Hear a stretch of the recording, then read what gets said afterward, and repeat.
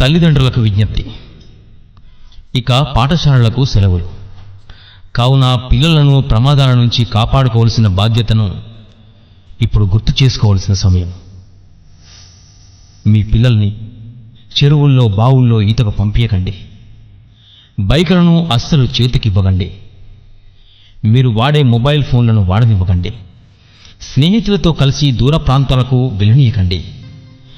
వీలైనంతగా ఇంట్లోనే ఉంచుకుంటూ సాంప్రదాయాల అనుగుణంగా విలువల గురించి ఒక మంచి జ్ఞానాన్ని అందించి మంచి మంచి విషయాలను వారికి తెలియజేయండి. వారికి ఇష్టమైన ఆటలు పాటలు నేర్పించండి. ఎండలు మండిపోతున్నాయి. ప్రమాదం జరిగినాక బాధపడే కంటే ముందే జాగ్రత్త పడి సంతోషంగా ఉండడం మంచిది. పిల్లలకి మీరు ఏం నేర్పిస్తున్నారని అడుగుతున్నాను. ఇక్కడ ఈ చర్చిలో ఏం జరుగుతుంది ఏమండి? ఇప్పుడు ఏం పాట పాడించారు? ఎవరి పిల్లల్ని తీసుకొచ్చారు?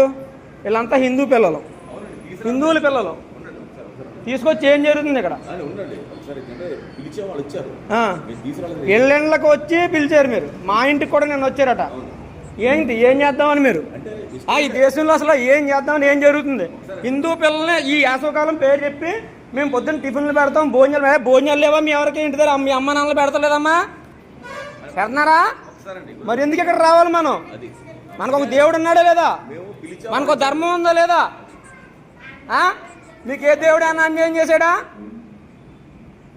ఏంటి మీకు ఏం లాభం అండి? మీకు ఇలా పిల్లల్ని పాడు చేయడం వల్ల ఏం చేస్తున్నారు? మరి ఏం చేస్తున్నారు చెప్పండి. మంచిగా ఉండాలని చెప్పలేదు. యేసు వద్దకు మేము వస్తాం, 10 మందిని తోలుకొని